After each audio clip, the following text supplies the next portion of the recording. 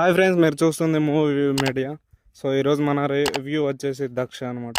మంచు లక్ష్మి నటించిన Daksha movie review అనమాట. So cinema అయితే నాకైతే నచ్చలేదు. So it's a below average movie.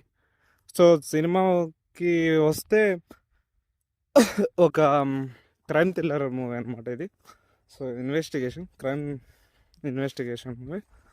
So కొన్ని హత్యలు జరిగితే వాటిని ఎవరు చేశారు, ఏం చేశారు, ఎవరు చేశారు, ఎందుకు చేశారు అనేది ప్లాట్ లైన్. సో మూవీలో మంచు లక్ష్మి గారు నటించారు అండ్ వాళ్ళ నాన్నగారు నటించారు, మోహన్ బాబు గారు.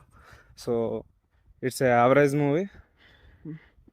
సినిమా అయితే అంత పెద్దగా ఎక్కలేదు. First half is slow narration, స్లోగా వెళ్తుంది. సెకండ్ హాఫ్ ఫాస్ట్గా వెళ్ళిపోతుంది. సో ఇది అటు ఇటు కానట్టు ఉంది మూవీ అయితే.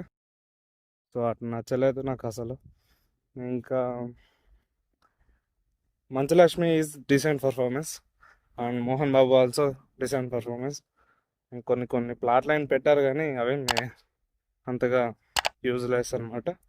సో మూవీ మొత్తానికైతే ఇట్స్ యావరేజ్ మూవీ. మీరు చూడాలనుకుంటే చూడొచ్చు.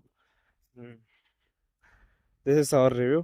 So thank you for watching and జై హింద్.